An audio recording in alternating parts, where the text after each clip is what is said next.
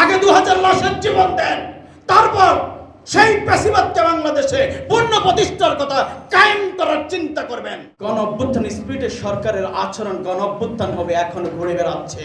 আমার ভাই কবরে শুয়ে আছে, পক্ষান্তরে খুনিরা ঘুরে বেড়াচ্ছে, আদালতে গিয়ে জামিন নিয়ে এখন ওপেন চলছে।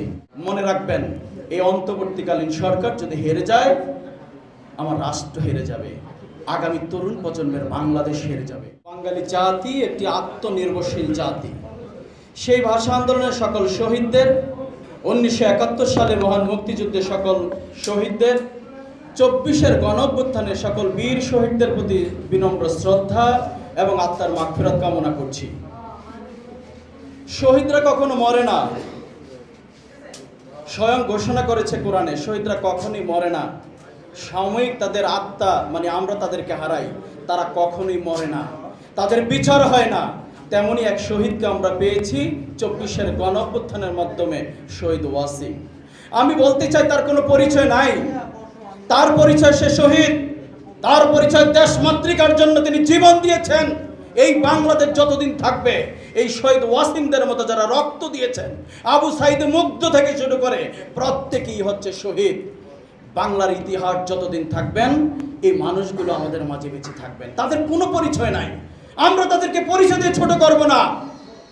তারা জীবনের বাজি রেখে দেশ মাতৃকাকে শহীদ করে বাঁচিয়েছেন।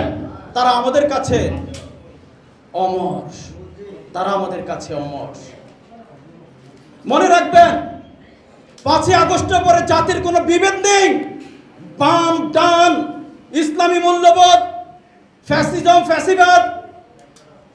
5ই আগস্টের পরে কোনো ধরনের দ্বিধা বিভক্তি, স্বাধীনতার পক্ষে বিপক্ষে থাকার কথা নয়। তার জন্য 5ই আগস্ট সংগঠিত হয়েছে।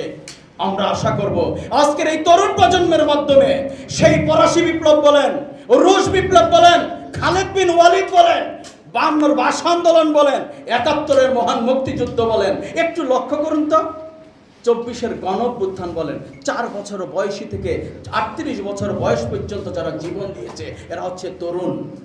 পৃথিবীর যতগুলো বিপ্লব সংগঠিত হয়েছে এই তরুণদের মাধ্যমেই। আগামীর বাংলাদেশ তাই তারুণ্যের বাংলাদেশ। আগামীর বাংলাদেশ গণ অভ্যুত্থানের বাংলাদেশের স্পিরিটের বাংলাদেশ। এটাই তো আমাদের প্রত্যাশা। গত 16 বছর বাংলাদেশে যে ফ্যাসিজম কায়েম করে রাষ্ট্রকে পিছিয়েছে, আমার স্বপ্নের বাংলাদেশ, আমার সন্তানের বাসযোগ্য বাংলাদেশকে যারা কলঙ্কিত করেছে, যারা এখনো তাদেরকে পুনর্বাসন করার চিন্তা করছেন, আমি বলবো বোকার স্বর্গে বাস করছেন। আগে 2000 লাশের উপর জীবন দেন, আগে 2000 লাশের জীবন দেন, তারপর সেই প্যাসিবাদকে বাংলাদেশে পূর্ণ প্রতিষ্ঠার কথা কায়েম করার চিন্তা করবেন। অন্যথায় রক্ত দিয়েছে, ভাষা আন্দোলন করেছে, পৃথিবীর ইতিহাসে বিরল ঘটনা। এই জাতি সেই জাতি, এটা আত্মনির্ভরশীল জাতি, এটাকে চক্রাঙ্গে ঘুম পাড়ানোর জাতি না। আওয়ামী লীগকে এখন পর্যন্ত নিষিদ্ধ করছেন না। পৃথিবীতে অনেক ইতিহাস আছে, সে জার্মানির হিটলারের নাৎসি পার্টি আজও নিষিদ্ধ। আমাদের প্রতিবেশী রাষ্ট্র ভারতে ফ্রন্ট অফ ইন্ডিয়া 5 বছরের জন্য নিষিদ্ধ করেছে। এই মোদী সরকারই তো, এই মোদী সরকার সম্প্রতি মাত্র 2 মাস হয়েছে সিরিয়ার 54 বছরের ইতিহাসের সবচেয়ে ফ্যাসিবাদকে বিদায় করে তার দেশে একটা সরকার প্রতিষ্ঠা পেয়েছে গণ অভ্যুত্থানের, গণ স্পিরিটের। সেই দেশে নিষিদ্ধ করে ফেলছে বাশার আল আসাদের রাজনৈতিক দলকে, সেনাবাহিনীকে, সংবিধানকে। গণ অভ্যুত্থান স্পিরিটের সরকারের আচরণ গণ অভ্যুত্থান হবে এখনো ঘুরে বেড়াচ্ছে। আমার ভাই কবরে শুয়ে আছে, পক্ষান্তরে খুনিরা ঘুরে বেড়াচ্ছে, আদালতে গিয়ে জামিন নিয়ে এখন ওপেন চলছে। এই স্বপ্নের বাংলাদেশের জন্য 2000 লাশের মৃত্যু ঘটেনি। মনে রাখবেন, এক একটা শহীদ, এক একটা কোন বিপ্লবী সরকার, এক একটা বিকলাঙ্গ মানুষ, এক একটা অঙ্গহানী মানুষ, এক একটা বিপ্লবী সরকার। আগামী দিনে গণ অভ্যুত্থান স্পিরিটকে ধারণ করে তারুণ্যের বাংলাদেশ তৈরি করতে সকলের প্রতি উদাত্ত আহ্বান জানাচ্ছি। গত 16 বছরে নিশ্চয়ই সবচেয়ে বেশি আপনারা এই জুলুম নির্যাতনের শিকার হয়েছেন। লক্ষ লক্ষ মামলা, ধান খেতে ঘুমিয়েছেন, মরিচ খেতে ঘুমিয়েছেন। তারপরও প্যাসিবাদ এখনো কিভাবে চোখের সামনে দিয়ে আপনাদের আমাদের ঘুরছে। বাংলাদেশে আওয়ামী লীগকে নিষিদ্ধ করা ছাড়া এদেশে কোনো নির্বাচন হলে এই নির্বাচন এদেশের তরুণ প্রজন্মের চোখের দিকে তাকিয়ে দেখেন, মানবে না, মেনে নেবে না।